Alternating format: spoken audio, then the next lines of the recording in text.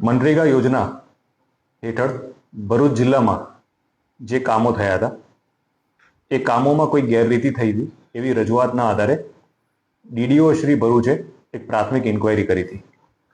આ પ્રાથમિક ઇન્ક્વાયરીમાં એમને શંકાસ્પદ વસ્તુઓ જાણવામાં આવી અને 56 ગામો પૈકી 11 ગામમાં પ્રાથમિક ઇન્ક્વાયરી કરવામાં આવી ત્યારે તેમને ગેરરીતિ થયાનું પ્રાથમિક દ્રષ્ટિએ જણાવ્યું. ત્યારબાદ ઇન્ચાર્જ ડીઆરડીએ ભરૂચ દ્વારા આ રિપોર્ટના આધારે એક પોલીસ ફરિયાદ દાખલ કરવામાં આવી.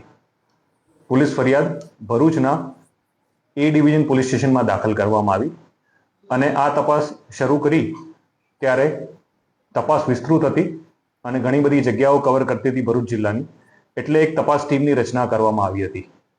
તપાસ કરવામાં આવી રહેલ છે અને RM વસાવા એ પોતે તપાસનીશ અધિકારી છે. તપાસ ટીમે જ્યારે તપાસ શરૂ કરી ત્યારે ઘણા બધા કર્મચારીઓના નિવેદન લેવામાં આવ્યા. તલાટી, સરપંચ, આઉટસોર્સના કર્મચારીઓ, જે લોકોએ મટીરિયલ સપ્લાય કર્યું હતું તે ઉપરાંત જે લોકોના જોબ કાર્ડ બન્યા હતા કામ કરવાના, એ તમામનો નિવેદનો લેવામાં આવ્યા હતા અને ઊંડાણપૂર્વક તપાસના અંતે પોલીસને પ્રાથમિક દ્રષ્ટિએ એવું જણાવ્યું કે આમાં ઘણું બધું ખોટું થયું છે. તપાસ ડિટેલમાં જતા ખબર પડી કે બે એજન્સીને આ કોન્ટ્રાક્ટ મળ્યો હતો, મુરલીધર એજન્સી અને જલારામ એજન્સી. આ બંને એજન્સીઓને મટીરિયલ સપ્લાય કરવાનું હતું અને કામ પૂરું કરવાનું હતું. તપાસ કરી ત્યારે ખબર પડી કે આ કામ પણ પૂરું નથી થયું. જેટલું કામ કર્યું છે એ પ્રોપર કામ નથી કર્યું. મટીરિયલ સપ્લાય જે કરવાનું હતું એ પણ નથી કર્યું અને જે 60-40 નો ratio material supply is to labour એ પણ મેન્ટેન નથી કર્યો. તેમ છતાં 56 ગામોમાં ખોટા બિલો રજૂ કરી અને સરકારી નાણાંની ઉચાપત કરી છે. ખોટા જોબ કાર્ડ બનાવવામાં આવ્યા છે. ગરીબ માણસો જે લોકોને મજૂરી દર્શાવી એ લોકોના અકાઉન્ટ ખોલાવવામાં આવ્યા અને સરકારી નાણાં એ અકાઉન્ટમાં ટ્રાન્સફર કરી મુરલીધર એજન્સી અને જલારામ એજન્સીના પ્રોપ્રાઇટરોએ આ નાણાં પોતાના અકાઉન્ટમાં લઈ લીધા. આ આખી તપાસ પ્રાથમિક રીતે 11 ગામોથી શરૂ થઈ અને હાલ પણ ભરૂચ જિલ્લાના 3 તાલુકામાં આ કામો જે નથી કરવામાં આવ્યા અથવા અધૂરા કામો કરવામાં આવ્યા છે તેની તપાસ ચાલુ છે. અને તપાસ દરમિયાન એવું જાણવા મળ્યું કે આ જે બે એજન્સીના જે નામ છે એ નામ કાગળ ઉપર પ્રોપ્રાઇટર બીજા છે, પરંતુ તેના મેઇન સ્ટેક હોલ્ડર્સને જે મેઇન પૈસા લઈ જતા એ હીરા જોટવા અને અન્ય લોકો છે. જ્યારે ડિટેલમાં પૂછપરછ કરી ત્યારે એ પણ ખબર પડી કે સરકારી કચેરીઓમાં જે આઉટસોર્સના માણસો હતા એ આઉટસોર્સના માણસો આ બે એજન્સીઓ દ્વારા મૂકવામાં આવી અને ખોટા બિલો રજૂ થયા છે, ખોટી સહીઓ કરી છે અને સરકારમાં આ કામ પૂરા થઈ ગયા છે, વ્યવસ્થિત થઈ ગયા છે અને રેશિયો જાળવીને પૂરા કર્યા છે એવી ખોટી રજૂઆત કરી અને સરકારી નાણાં એ લોકોએ ઉઠાયા. જ્યારે અકાઉન્ટ ડિટેલ્સ અને કોલ ડિટેલ્સ અને ગૂગલ મેપ ઉપરથી અમે લોકોએ સર્વે કર્યો અને અમારી તપાસ કરી તો 2021માં જે પરિસ્થિતિ હતી, 2022માં શું થઈ, 23માં શું થઈ, 25 સુધીની અમે પરિસ્થિતિનું ગૂગલ મેપ ઉપરથી પણ સર્વે કર્યો. એ જગ્યા ઉપરના લેટલોંગ લઈ અને એનો પણ સર્વે કર્યો કે કામ કેવા થયા છે.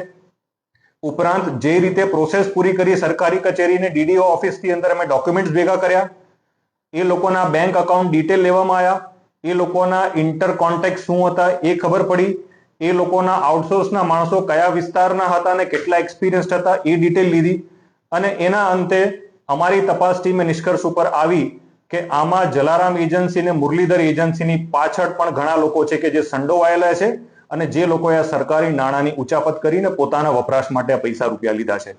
જેના આધારે અમારા પૂરતા પુરાવા અને એવિડન્સ ભેગા કરી અને ગઈકાલે હીરા જોટવા કે જે આ બધા પૈસા એમના અકાઉન્ટમાં, એના પરિવારના અકાઉન્ટમાં જે ટ્રાન્સફર થયા છે એમને અમે ગીર સોમનાથથી પૂછપરછ માટે લઈ આવ્યા અને ગઈકાલ રાતે ભરૂચ પોલીસે એમને એરેસ્ટ કર્યા.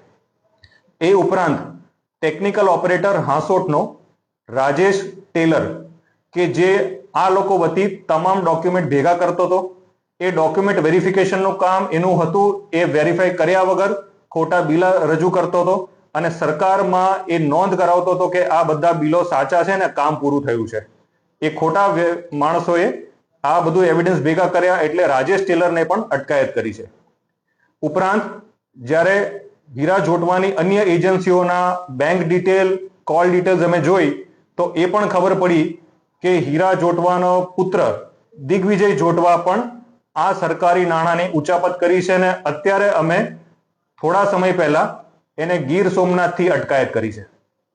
અત્યાર સુધીમાં આ કેસમાં 3 લોકોની અટકાયત કરી છે: હીરા જોટવા, દિગ્વિજય જોટવા અને રાજેશ ટેલર.